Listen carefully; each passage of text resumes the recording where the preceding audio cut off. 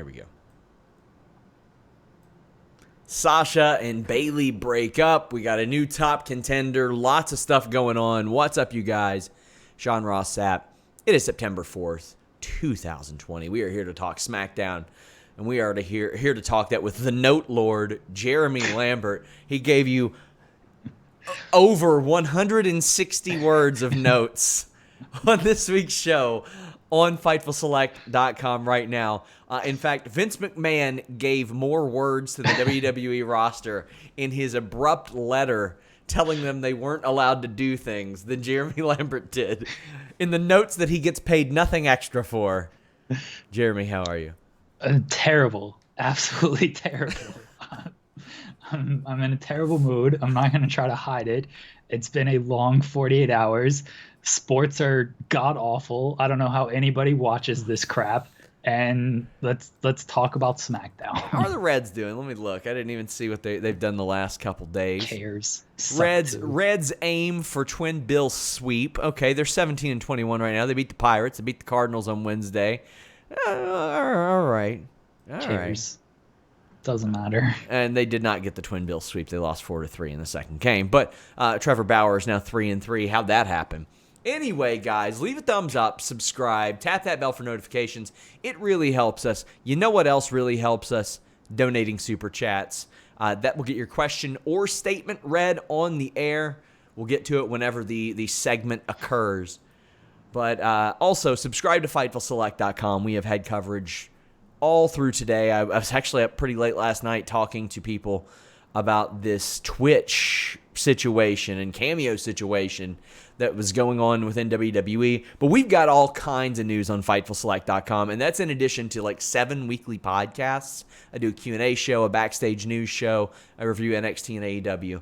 That's the most direct way to support us and what we do, because we do things a little bit differently. Check that out. We're going to go ahead and get into the super chats because I thought this was a really awesome episode of SmackDown. I thought it was one of the best I've seen in a long time, but there's other talking points that are of particular interest. Throwback 27, check out his show on Tuesdays. He brought up one that is now completely under the radar, Jeremy. AOP got released. Yeah, they got released this afternoon, really out of nowhere, and then they buried it with the Vince McMahon stuff. AOP hasn't been on television since when? March. The one got injured, and then they've been off. I don't even know if they've been at television. Probably not. They have not been. I don't know why they'd bring them there. They were great in NXT. Kind of lost their way on the main roster as things go, and I like the alignment with Seth Rollins, but the injuries kind of took them out of that gig, and we just haven't really heard from them. WWE, I said this on The Distraction on Thursday, WWE doesn't care about tag team wrestling. Like, they would have just come back, and they would have just been floundering, and that would have been it. This is probably best for them. I will constantly point to an example that Kevin Thorne gave me in our interview. If you all haven't checked that out, it's a really great interview. That is chock full of Vince McMahon stories. Before Kevin Thorne was Mordecai, he walked into an office like with Tyson Tomko. That was if you were to say, hey, would those two guys make a good team in 2004? I'd be like, yeah, that sounds like right up Vince's alley. Vince said, I don't want tag team wrestlers. Think of something else. We got Mordecai. Vince is to blame. But Throwback 27 says, with the news that happened today with AOP, what can WWE do to fix the tag division on both brands? Them being let go is a big hit, and even them not being used. I hope things change. Stay wicked, guys. I wish they would. Look at tomorrow night's pay-per-view. You got FTR, you got Omega, and Hangman Page, and I'm excited for it. And quite frankly, this might lead to a triple threat tag match at Full Gear that might main event the show. It's astounding how much WWE has dropped the ball with tag team wrestling. That's the match I'm most looking forward to at All Out. And, I mean, it's a tag team match. What can WWE do about the tag team division? Care? Yeah. They've got the wrestlers for it. They've got the tag teams for it. You can put any two wrestlers in there, make them a tag team. You actually already have established tag teams as well. They just don't care. And so until they do, this is what's going to happen to the division. And I've got people in the company that are like, what happened? What did they do? And I'm like, I don't know what they did. I haven't heard anything. And like, would it have been both of them? Who knows? And this isn't like a couple guys that didn't pan out. They were overachievers. They came in as big lugs, but the reality is they're both really, really good athletes. One is an accomplished amateur wrestler. The other one was a pretty good MMA prospect. He was beating UFC veterans when he was 22, and he was getting spots on Bellator. And they're 26 and 27, Jeremy. They are very, very young. And assuming there is nothing scandalous about this, the world is their oyster. They've got MMA. They've got pro wrestling. They can do whatever they want. They can even start a Twitch channel if they want. They would have been great for like Raw Underground if you're not going to bring them back as Rollins' disciples anymore. There's plenty of stuff for these guys to do, both in WWE and now outside of WWE. Instead of Jordan the Ninja, they could have had them guarding Raw Underground. Because who's going to... When Shane's like, hey, you know what? This stuff is spilling outside a little bit too much. You better keep it in the ring or these two guys are going to mess you up. I think that would have been really good. They could have been the leaders of Retribution. They could have been. Dole Whips and Monkey Bars says, go Stars, go! Ban him. Somebody ban him. Banned. Patel Ron 6 says, day 6 of no profanity September for SRS. I did use the A word on Twitter, but it was in a quote that Thunder Rosa said, so it didn't count. And I even originally posted that to Fightful Wrestling, and I was like, you know what? I got to put that on mine. She gave me a good quote there. Check out that interview with Thunder Rosa. I got one with Ricky Starks. He talked about how much better I dressed than Jeremy. Check out one I had with Eric Young, new Impact World Champion. How about Matt Cardona?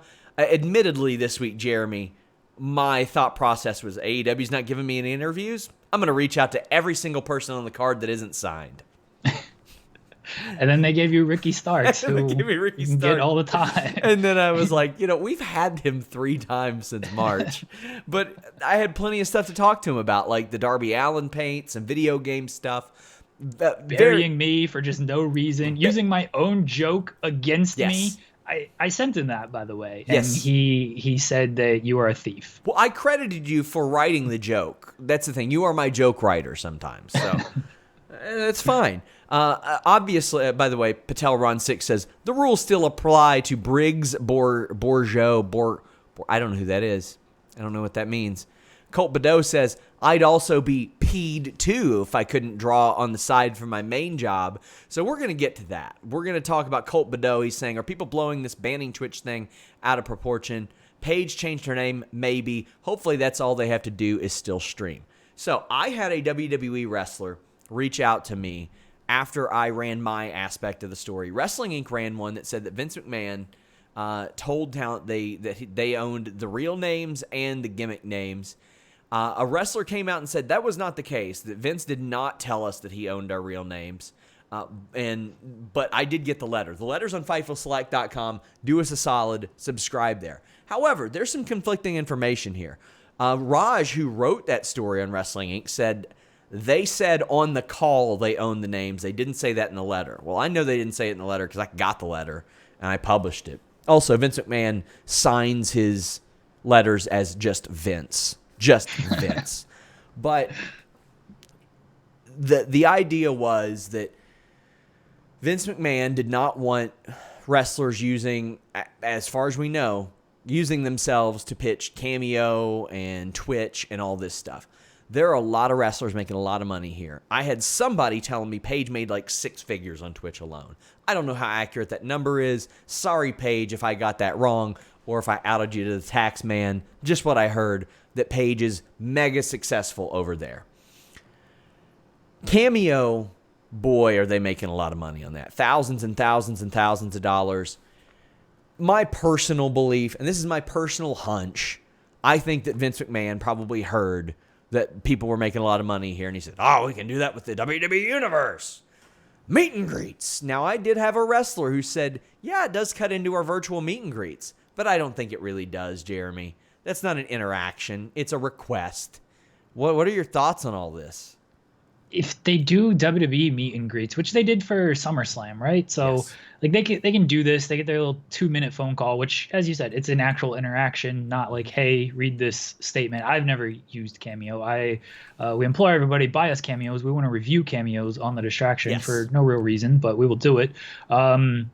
So it's a little bit different, but then WWE gets a cut of that. I don't know what the Cameo situation is, how much of a cut Cameo gets, how much goes directly to the wrestler. I would imagine the wrestlers do pretty well They do. on that. I saw like Big E had like 500 something reviews at $150 a pop. It's like $6,500. Like that's, or 65,000. Like that's a lot of money. So Big E seemed to be doing well. I'm sure Roman had to like up his fee because he was getting so many requests and stuff. Jimmy was sarcastically buying them. Like these wrestlers seem to do pretty well on these cameos, and now if they do meet and greets, that it's going to be less money regardless. Yeah. It's just going to be less money. The Twitch stuff is what really bothers me because, as you said, they're coming after Fightful Gaming with this. We did launch FightfulGaming.com this week, by the way, guys. As of now, it's wrestling, MMA, boxing content, and wrestlers talking about games, wrestlers playing games. It's going to be a lot of that. We will eventually expand if it's successful, but I've been enjoying this. The WWE clearly threatened by Fightful Gaming. Yes. Taking these guys off of Twitch is just dumb. I don't understand any of this. You have the most, you tweeted something like this. A bunch of people have tweeted something like this. Like, these wrestlers want to interact with fans. They want to talk to fans. They're personable. They've got great personalities. And it's like, no, you can only do it on our terms. It's dumb to me. If you want to grow your brand, let them go outside of it. But the wrestlers talk about this all the time. Rusev has talked about this on his Twitch stream. He's like, you got to go to WWE and get like everything approved. Yep. Like if you want to put something on your shorts, if you want to do a commercial, like you've got to get everything approved. And you know they weren't getting this Twitch stuff approved. And they shouldn't have to. They should not have to. No, exactly. Like whether it's their own channel, whether it's popping in on other channels, Xavier Woods and Brody Lee were on a charity stream with each other the other week, New Legacy Inc. And they were just, bullshitting around and stuff. I don't know how happy WWE is about that kind of stuff, but clearly that wasn't approved, that Xavier and Brody Lee are on the same Twitch stream They together. actually hit me up. They said, is this our fault? And I was like, I don't think so. It might be. It might be. But I don't know if it's your fault or not. It's absurd. It's absurd that they want to try to do this. Just absolutely absurd. I'll try to compare this as best I can to my situation. I am under contract to Fightful. I still appear on Wrestle Talk a lot. But, I mean, Jimmy understands, and if you all have seen our numbers explode over the past couple months, hard to argue that those appearances have been anything but positive. I'm able to connect and just really bring over a completely different audience now because of this. There are going to be a lot of people that are into gaming that don't know who a lot of these people are. And they discover a Rusev, they discover a Paige, they discover a Jessamine Duke, an RJ City, a Mia Yim, all these people via gaming and streams. Xavier Woods. I mean, the numbers go to show it's one of the most successful gaming channels out there. And Xavier's going to be fine because his is WWE co-opted. Now, it's funny because I asked... Yeah, but Xavier has his own Twitch channel as well, which has nothing to do with WWE. Oh, they'll probably let him keep it. I think they'll let him keep it. But I asked Matt Cardona in our interview, which dropped earlier this week. I was like, man, you have this wildly successful figure podcast. Why didn't WWE co-opt it the way that they did with Xavier Woods? And he was like, we pitched it to them, and they said they weren't interested. So we just said, forget it. We're going to do it, but we're not using Zack Ryder and Kurt Hawkins. We're using Cardona and Myers because one day they're going to want to take that, and they're not going to. He said that he learned from Z Long Island Story because once they said they wanted it, he had to give it up because he used all their IP in it. So, man. It's a wild situation. We're going to learn more about it, but any other thoughts? I think that, you can tell these guys, hey, because like Ember Moon will go on there. Like Ember Moon just straight up like reviewed Raw that one week and was like, yeah, this was bad. This was bad. Like you can tell them, hey, don't bury the product. Yeah. Like don't do any of that kind of stuff. But if they're just going on there and just playing video games and interacting with fans, what is the harm of this? I don't. What's the harm of any of that? It's promotion. It's free promotion for your company. Aaron Entertainment says athletes are on it and make millions. Yes, they sure do. Yes, they sure do. The Jam one, Ryan B. Jam says, to SRS's point about him being on Wrestle Talk, I became a subscriber to this YouTube channel because of him being on Quizzlemania. Yeah, I mean, when I get the opportunity to be on a show that does 10, 11, 12 times as many viewers as we usually do, I'm going to do that. And I've had to pick and choose that a little bit more lately. Like you'll see me on the MMA fightings and the Wrestle Talks and stuff. That just makes sense. Now, for a wrestler, they've got downtime now. They've got more downtime than they've ever had. You don't want them to be doing this? Of all the things we've heard about in decades past, this is where they're like, no. All right. They should be training, Sean. They should be figuring out how to grab the brass ring, not playing video games. Or doing somas like back in the day, I guess. Anakin JMP says, was Razor still hurt? If he was, that's tasteless for WWE releasing someone that got hurt in their ring. They don't usually do that for someone who's hurt. He had missed 6 months. I'll find out, but they had not been at the tapings.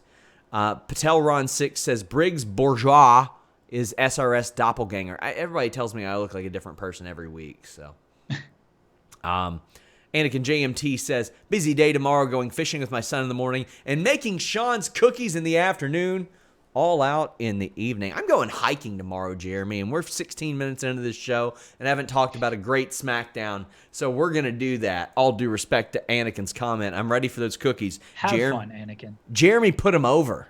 You put him over for me. He's a good man. He is a good man. I love Anakin. He's awesome. So let's talk about it. I thought, like everything on this show, was pretty good, except for Heavy Machinery and Miz and Morrison. But Paul Heyman comes out and says that Roman Reigns had the same thing happen to him that Heyman had happened to him, that he fought through a life-threatening illness and had his title shot taken away upon needing some time off. He indicates that Fiend would be really bad on news shows. It's that typical talking point, Jeremy. I do love that he hammered home the, how good are they on a morning show talking point. The Fiend, when he did, I guess it was just Bray, but when he did the weather thing, when Bray Wyatt was first big last year, that got so many views. So Paul Heyman is wrong. Yes, he is wrong. And Braun Strowman is a guy that they used to say that about. He wouldn't be good on those morning shows. He's fantastic on them, actually. He's much better on morning shows than he is on his actual social media. So there you go. Heyman calls Corey Graves Carmella's latest boyfriend, which, open.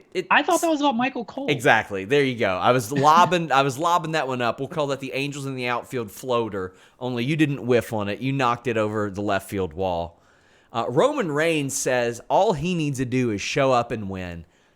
I love that line because it's such a heel thing for him.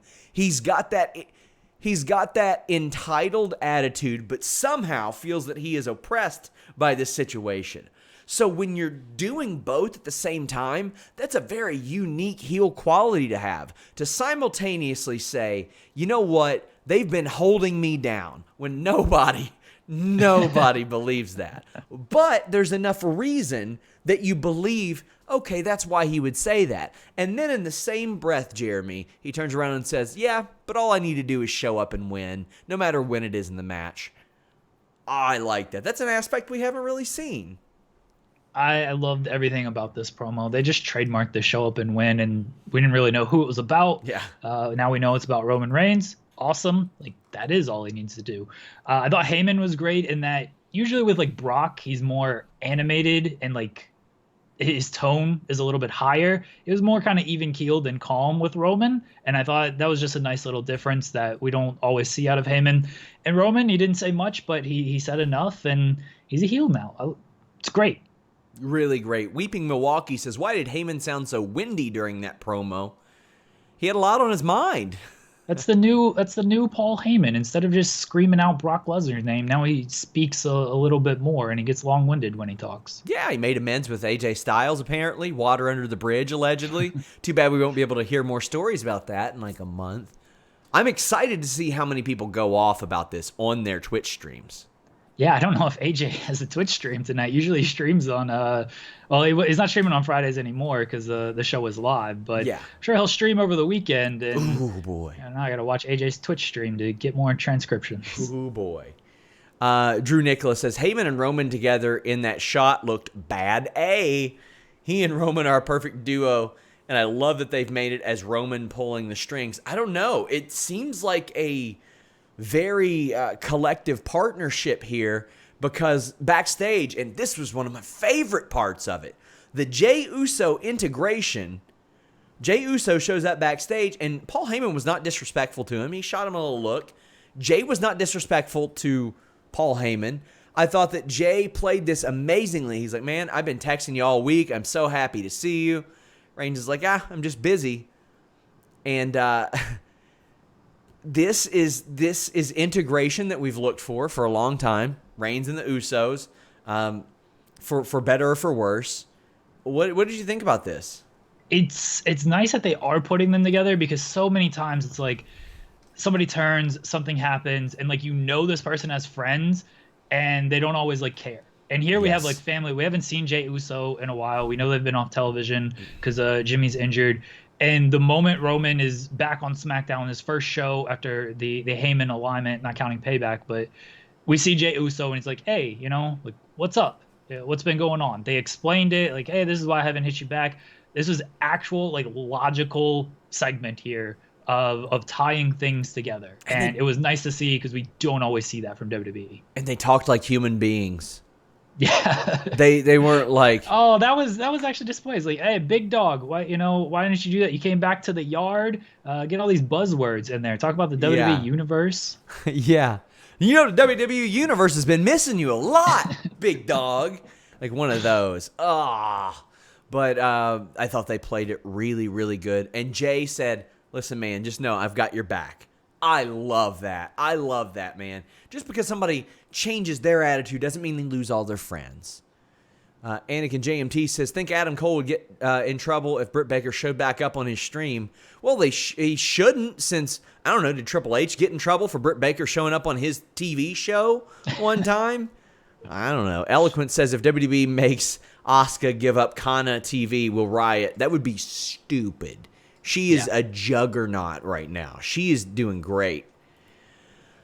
Again, just tell them don't bury the product. Yeah. Don't do any of that stuff, but just keep letting your personality go out there. It's stupid to think otherwise. Reminder, guys, donate a super chat. Any amount, get your question or statement read on the air. If you're watching or listening after the fact, we are on podcast platforms everywhere, but you can always head to FightfulPods.com, download, stream, watch the shows. Heavy Machinery defeated Miz and Morrison. I didn't really care about this.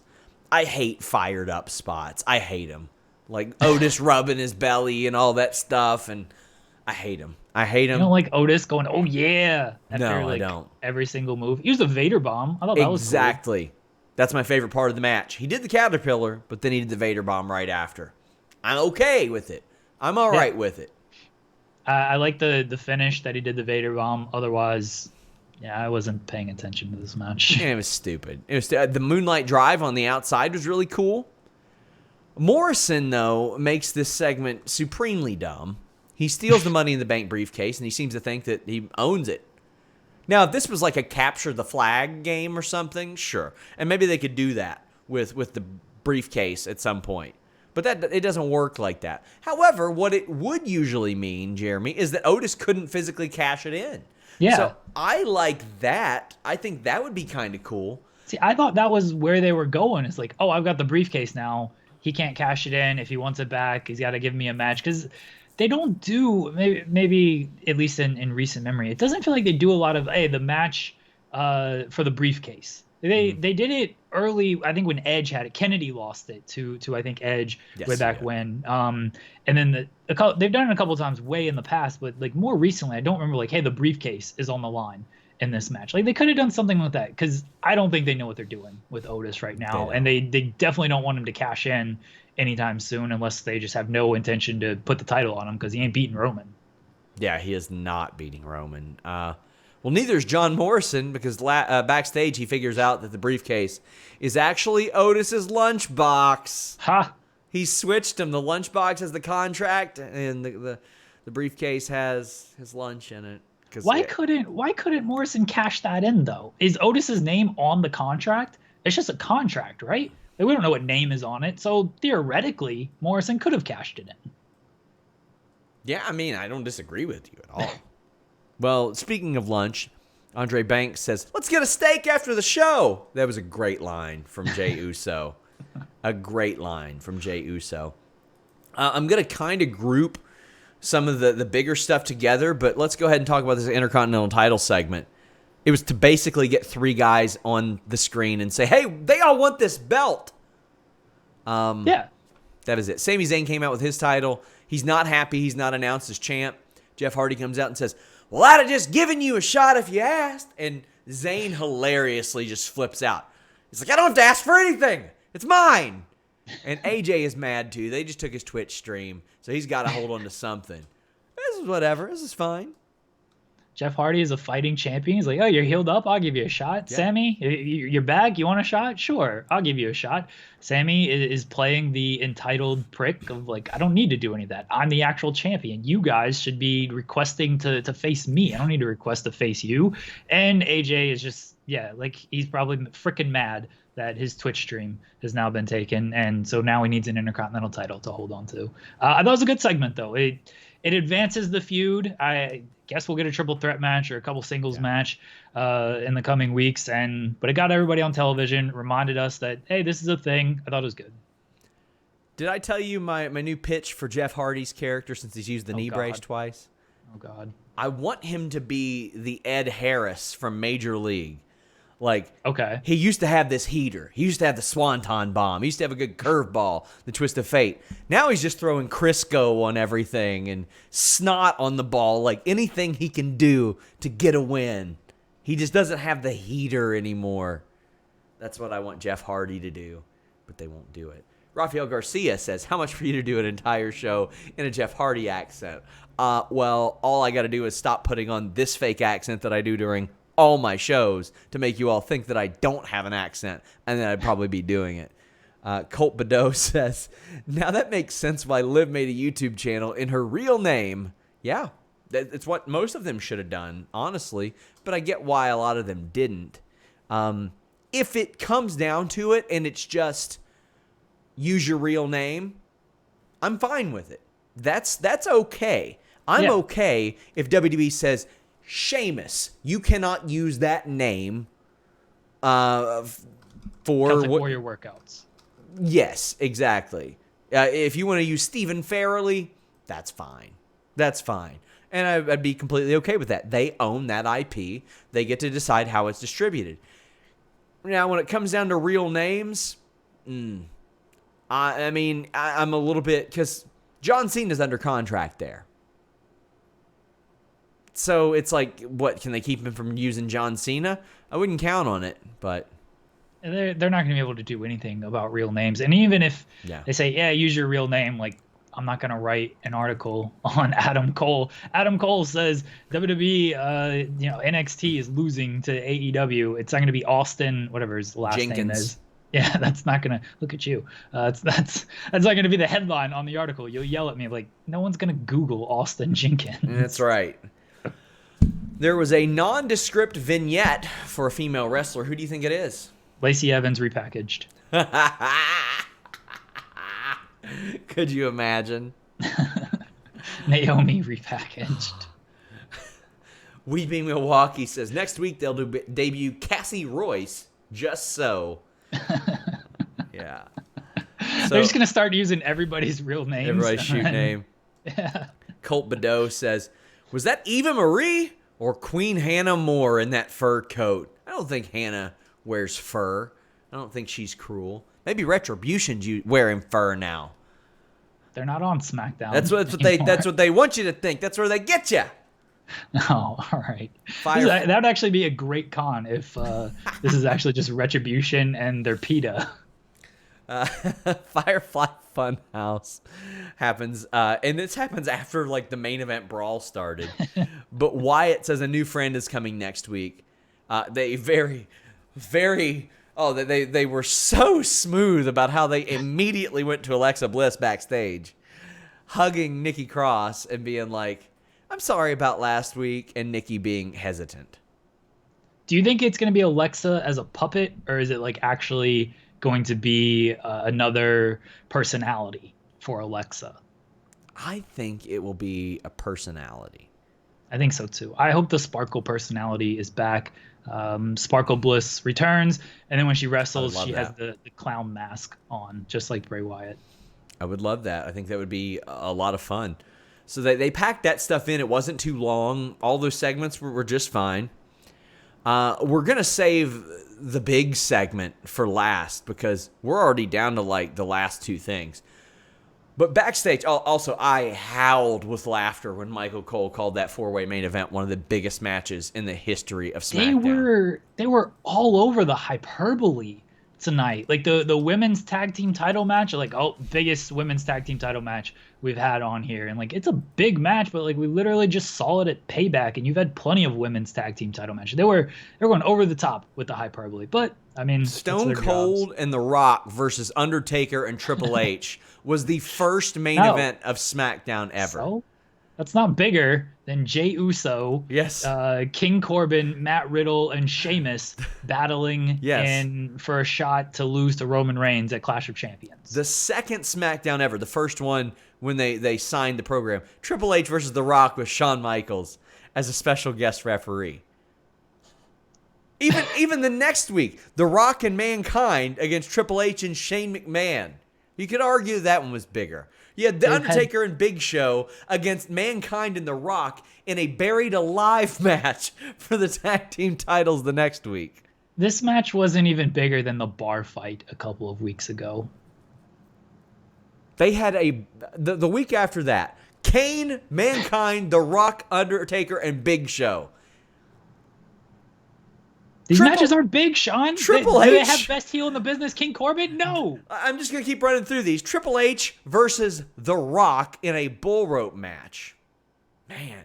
And then the first one where I'm like, not that big. Davey Boy Smith against Triple H, but it was still a world title match. Oh, my God. None of these matches featured King Corbin. And obviously Rock versus Val Venus continued that trend. I can stop now. Queen Hannah says, I'm super behind, but Kofi donates his money from Cameo to Shad's wife and son. That's part of the reason that I got him. That's the thing. A lot of these people are... Mia Yim did one tonight to help raise money for Casey Michael, the owner of Squared Circle Sirens, who we lost this week. By the way, guys, please donate to his GoFundMe. Help out his family. One of the great dudes in wrestling media, the preeminent source in women's wrestling, a guy who helped me a ton. I can't count how many times I would bounce stuff off of Casey, and if I wasn't in the right direction, he would send me in the right direction. I owe that guy a ton. Also, I truly admired his troll game, and when he would tweet that men's wrestling was trash and people would take him dead serious. He believed it, but he knew what he was doing, and I will always admire that. He was not trolling. That was 100%. I know. Casey. But he believed it, but he knew what he was doing, and I loved it. I tweeted once, it was like, oh yeah, just abolish all men's wrestling, except for like Daniel Bryan. And so many people just attacked me, and I was just like, this is what Casey goes through like every single day. And I don't know how he did it, but Casey was awesome. I bonded with him over, unfortunately, health issues because he went through a lot, and my ex went through a lot, and so we kind of had common ground there. But yeah, losing Casey sucked. It's been a shitty week, and that's a big part of it. And a ton of respect to Mia Yim for doing that stream and raising some money for him. There is a GoFundMe set up. We have the information on Fightful. It's all over Twitter as well. Anakin JMT says, did you notice the rambling rabbit puppet in the background during the Alexa and Nikki segment? I didn't.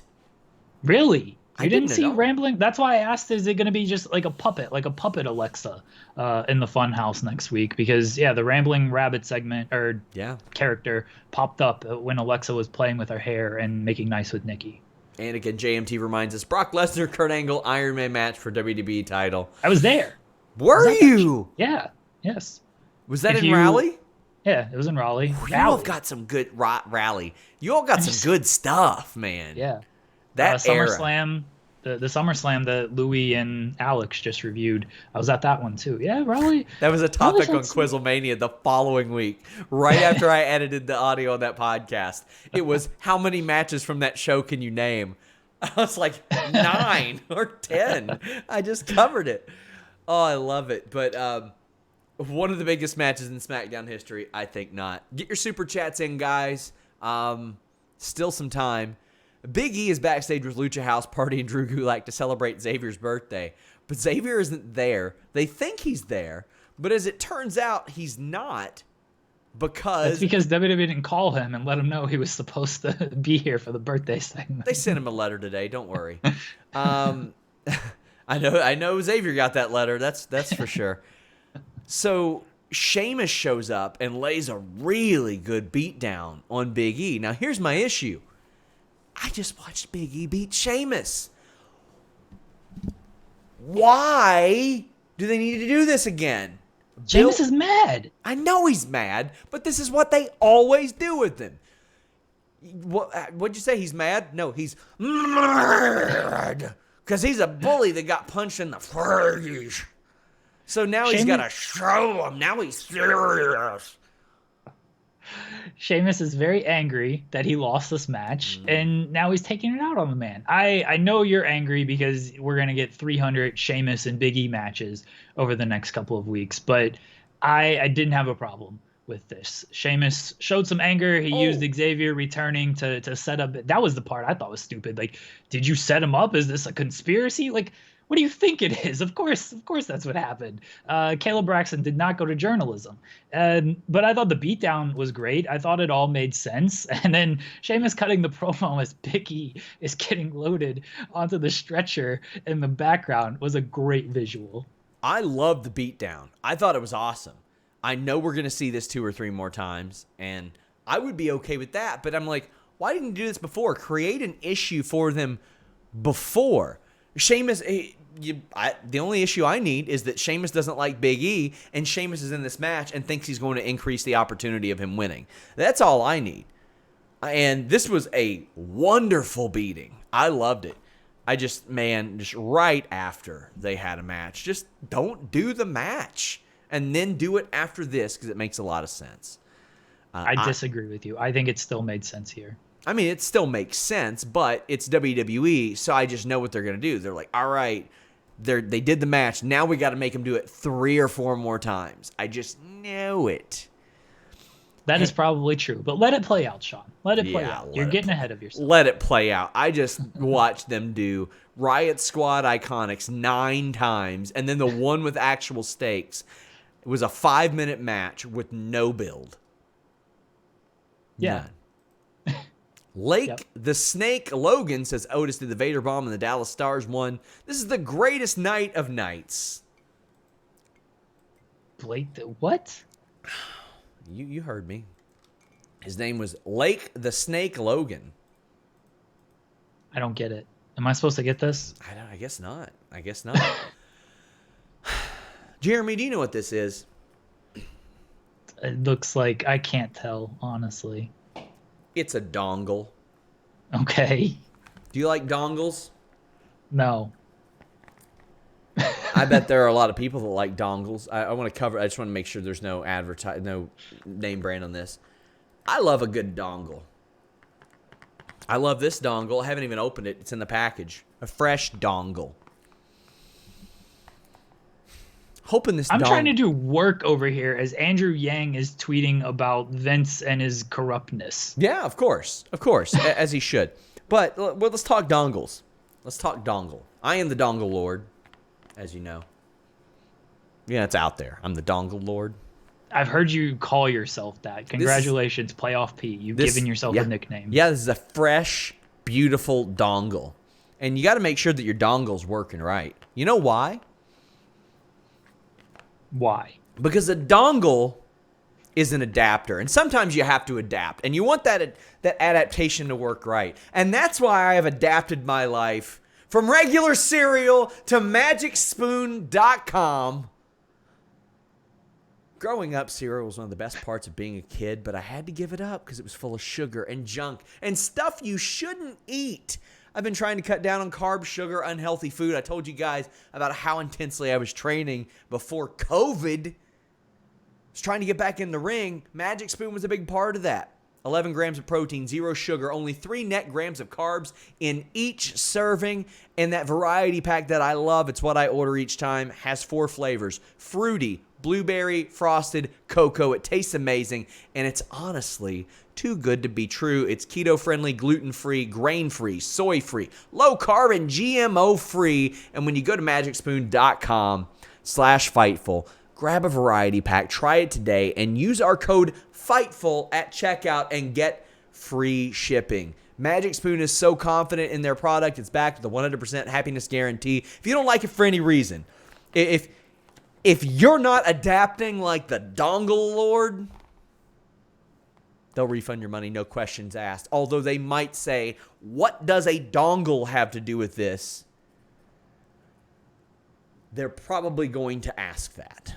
magicspoon.com/Fightful. Use that code FIGHTFUL for free shipping. Hit them up at Eat Magic Spoon on Twitter. Let them know you heard about them from us. magicspoon.com. It fills you up. It's good stuff. Any thoughts, Jeremy? No, I don't want to play with your dongle, and Magic Spoon is great. It is great. Code FIGHTFul. So we had that beat down. Afterwards, you see Heyman approach Adam Pearce. Adam Pearce has been really good on these shows. He was missing the postman outfit this week. Yes, he was. I think he should just dress up like that all the time. I mean, yeah, it works. But we did get the main event. The main event features Jey Uso. He replaces Big E. Jey Uso goes backstage and thanks Roman Reigns. I thought this was really, really good, too. He thanked Roman Reigns for getting him in the main event, and Roman says, hey, don't thank me. Thank Paul. And then Roman's like, I win stuff, your brother wins stuff, you got to win one on your own. I missed Jimmy Uso winning a bunch of stuff. At marriage, at life, I guess. He won there. I think that's what Roman was referring to here, is that Jimmy Uso has won at life. I mean, maybe Roman has the stats here and is like, hey, they've got however many title reigns, and Jimmy scored the victory in all these title reigns. Maybe Roman knows more than we do. Evidently, Roman's done his research on Cage Match, okay? Yeah, but Jey Uso won this, and he is going to Clash of Champions. Anakin JMC says, did WWE just gender Jey? Not by a long shot. No. I don't even know what that means. I guess just shooting him right up the card. He ain't winning the WWE title. And if he did, Jey Uso would be probably a better champion than Jinder Mahal would have been then. I think that with the benefit of hindsight, had Jinder Mahal for some reason won the title this summer, he would have been infinitely better than he was in 2017. We didn't have the benefit of 2020 hindsight then. But Jey Uso, I think, would have been a way better champion. But that ain't happening. That's not the case. That's not where we are right now. And I think Jinder would have been much more tolerable had they not rushed it and acted real. It was such a weird booking. That's a whole nother thing for another day. But the match itself, Corbin's got a great spine buster. Jey lands on his feet out of a Riddle German suplex, doing stuff that typical people do when they've missed 4 months of in-ring work because WWE won't wrestle them while their brother is injured.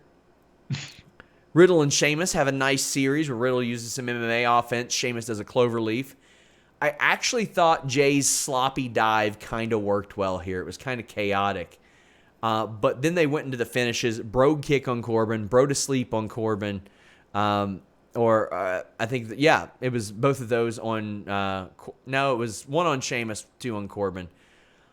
But then when Riddle hits the floating bro, Uso does a splash onto Riddle and pins him. I thought this was really good, and I thought it was a good way to get Uso to win. How'd you feel about all this? They tossed Uso into the Thunderdome crowd. I thought that was the best part of this whole match.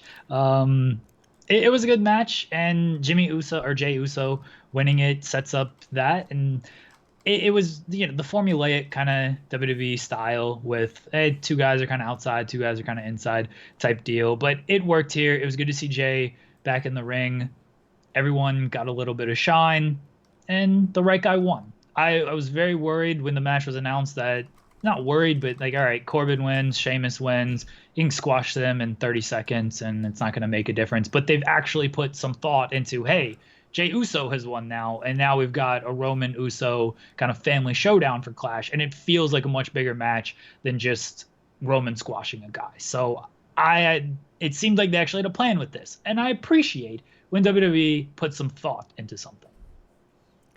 Jimmy complaining that I didn't use a graphic that he had his teammate for Magic Spoon. Don't worry, Jimmy. It's coming. It's coming. Got to figure out how to transition into it. I love this finish. We got the Jam one, Ryan B. Jam, saying, people are already calling that a burial of Riddle because he ate the pin. People are morons for thinking that. He lost one. So what? He lost one clean. That's how I prefer it. I prefer that over some stupid distraction or something that makes him look dumb. He looks like he got hit with a finishing move that has beaten tons and tons and tons of people. I am completely fine with it. Fine with it. He got caught off guard after he'd hit his move, and then, he wasn't prepared and he got hit with the other guy's finisher. I don't see how this is any type of burial. Yeah, I agree. Dizzy C says, Jay winning made sense. Babyface cousin who's had his back. Forever for Roman to brutalize mercilessly to help underscore that he's a heel.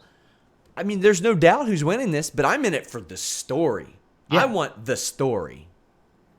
It doesn't, we know who's going to win, but it can make sense if it doesn't have to be unpredictable or whatever, as long as it makes sense. And this makes sense. Predictability is fine as long as it makes sense. And this was good. Again, I appreciate that they put some thought into this instead of just having Sheamus or Corbin win and it's a squash and you move on, or you do a Riddle and a Big E match before he got taken out. You do that and you kind of blow that match early on a pay-per-view where this guy isn't winning. So the fact that they put some thought into this with this story, I love it. Marcus Ryan says, do you think Roman versus Jey could lead to the Usos joining Reigns whenever Jimmy comes back? I sure hope so. I mean, that is a great stable waiting to happen. It really is. That's straight out of the Distraction TEW series. Anakin JMT says, with curveballs like Sean Segway, he should pitch for the Reds. Wouldn't hate it at this point. You could come out of the bullpen and probably be pretty successful. Could. Dante V says, weird seeing Andrew Yang tweeting about the WWE news. I'll read this tweet. He says, if I'm not the Secretary of Labor, I'm pretty confident I'll have his or her number to talk about the ridiculous classification of WWE wrestlers as independent contractors while controlling their name and likeness for years, even for something as benign as Cameo. Come on, Vince. You've already deprived the folks breaking their backs for you of healthcare, security, recovery time, retirement benefits, and fair treatment regarding licenses and royalties. At least let them make a living off their own names. Many of them need it. I grew up a wrestling fan, and it's sad to see so many of my childhood heroes pass away early. I'd feel better know that they and their families were being fairly treated. I look forward to doing what I can for the next generation of performers. I know how tough it is. Vince, you'd better hope your old friend Donald wins, because change is in the air and changes are long overdue. Where your corrupt labor practices are concerned, it would give me great pleasure. The people know. Wow. Andrew Yang just shooting out here on a Friday night. Andrew Yang, hit me up. We'll do an interview. Man. This is the first time he's tweeted about wrestling. He tweeted after AEW, one of their shows last year. So, he has a history. He said he's a wrestling fan. I believe it. Now I just assume he's going to be at All Out tomorrow. What about Reggie Miller putting over Luchasaurus and Jungle Boy? That was awesome. Everyone report that. Andrew Yang's going to be at All Out tomorrow. Oh, please don't.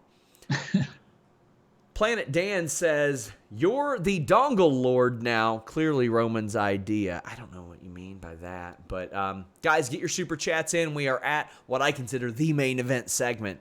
Had people saying, you missed it. Why aren't you talking about the split? Yeah, we're just going to completely ignore the 42-minute segment on this show. 42 minutes, and it was worth every minute of it. Sasha Banks and Bayley split after a women's tag team title match. Before everything gets started, Sasha is supporting Bayley's greatness. Did you think tonight was going to be the night? I did, because they kept hyping it up that tonight was going to be the night. After last week, I didn't, because as I said last week, it felt like there was real progress made in, all right, this split is coming. And then they lost the titles at Payback, so that added to it. But I thought they were just going to keep kind of delaying and delaying. But Michael Cole and Corey Graves are like, big things are going to happen in this match. I can feel it. I can just feel that big things are about to happen. Something's about to go down right now. Like, don't telegraph it so much. Just let it play out, as people like to say. But I thought they kind of telegraphed it. It was still great, don't get me wrong, but I definitely think Cole and Graves kind of did a disservice to it. Yeah. The match I thought was really good. Nia is still really slow in the ring. Like, she is having trouble keeping up with these three, and it's becoming more and more obvious. And it doesn't help that when she does do something big, like I don't know, get power bombed outside, the camera completely misses it. How do you miss Nia Jax getting power bombed? I don't know how they missed that. That was bad, but I mean, that's almost par for the course with WWE production, honestly. The swinging power bombs into the barricade was good. Baszler doing the arm breaker on Bayley was really good. Bayley does her flying elbow drop. Shayna kicked out of a lot of offense. They made Shayna look real strong over the last week. Just amazing. Sasha getting sitting at the stairs. Baszler destroys her leg. I thought this was going to be it.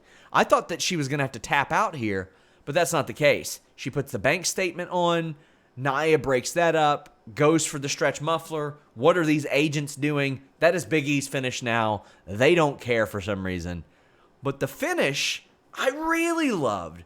The role models did that H-bomb to Baszler, and Nia does a second rope cross body onto both and wins. Even the ref is like, what? Okay. I wonder if Bayley wasn't supposed to take the pin or anything here. I'm sure that that's how it was planned out and stuff. But I don't know if I would have had Bayley take this pin.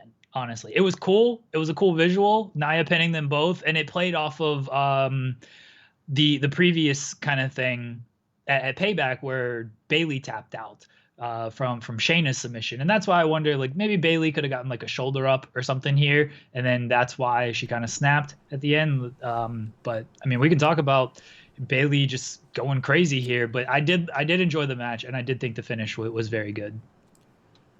One of my favorite things was Corey Graves afterwards. He says they don't really like each other, but championships and paychecks are making them make it work.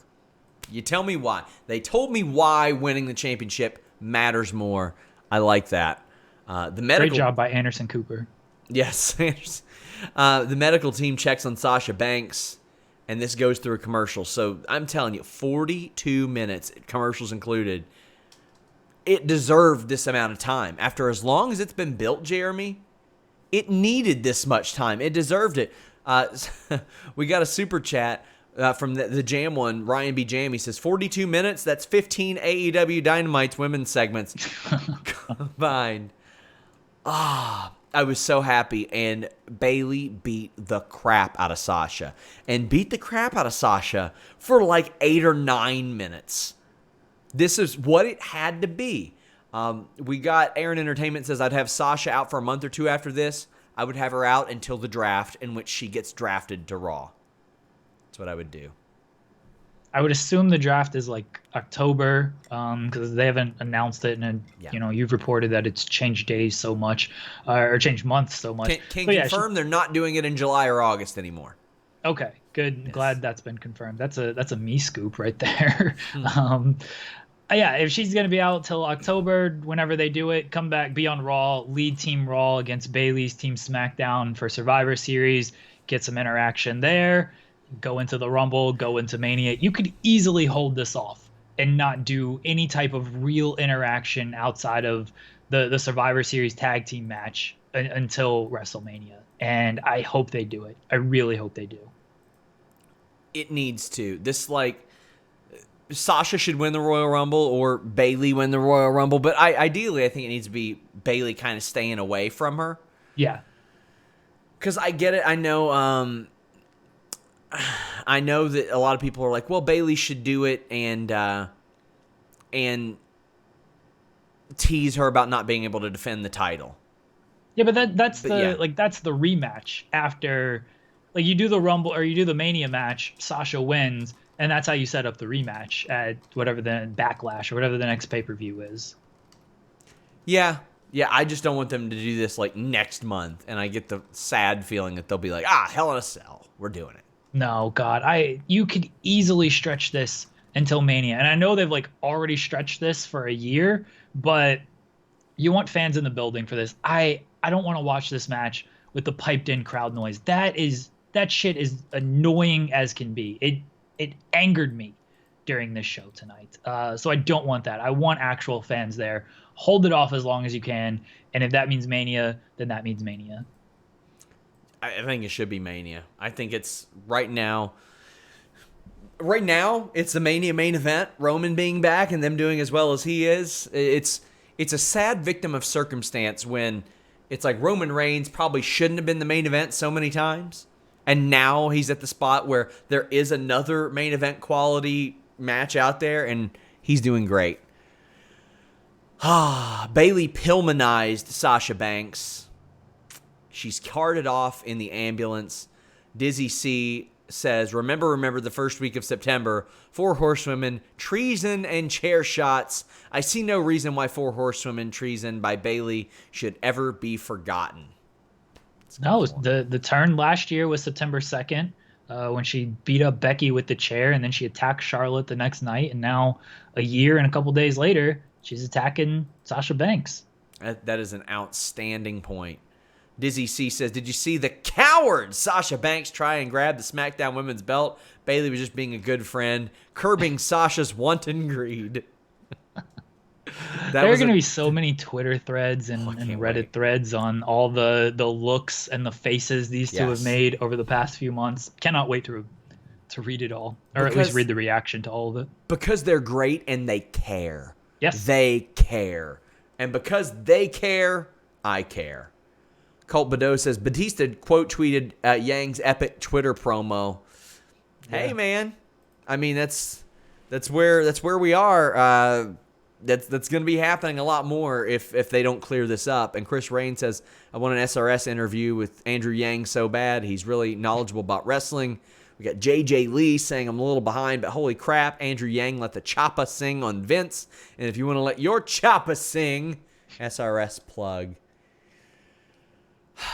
Yeah, I'll just say this. Hopefully our crack news team is on top of that while we are on this show.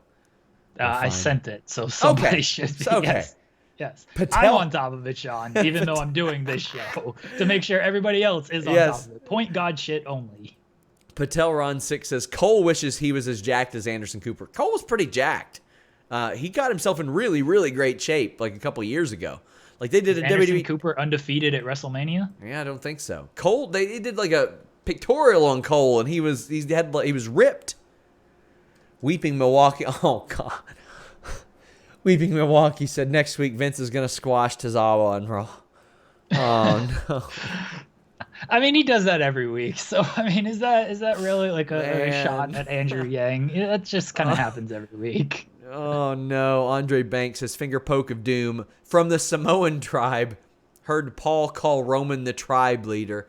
I don't know if they'll go there with that. I don't think they would do something that stupid. No, Roman also said he has an island now. Tama Tonga, I saw him tweet something like, "Dude, what's up with this? I have an island. Keep your yard." Let the people know where they can find you, Jeremy. You're doing the All Out post show tomorrow, while I'm doing all the scrums. I'll be on the All Out post show with my sworn enemy, Alex McCarthy. We'll probably fight each other on air. Should be very fun. Yeah. The Distraction TEW series comes to an end tomorrow as SummerSlam just pisses me off because this happened months ago, I think, at this point, and now it's a perfect cap on this week, Sean. It's a perfect cap on this week after these last 48 hours of sports. The Distraction every Thursday, 7 o'clock. It's a great show. We review movies every Tuesday. Happy birthday to Joe Holbert. Yeah. I'm not firing him, but happy birthday, Joseph. Yes, happy birthday to Joe. He has a couple of great features up. Yes. One on Jon Moxley, one on FTR. Guys, if you all want to binge watch some stuff, the Distraction reviews, like they've got a ton of wrestling related movies up there. Check them out. It's good stuff. Wild Boy says, can you guys end the show the way that Bray ends the Firefly Funhouse episodes by smiling, waving, and saying goodbye? Well, I will after I tell you, check out all my interviews. Eric Young, minutes after he won the championship. Matt Cardona, we talk a lot of stuff over there. Thunder Rosa, she mentioned possibly booking NWA, and I believe she could do it. She's promoting her own shows. And then we got Ricky Starks. They're all up. Goodbye. Bye.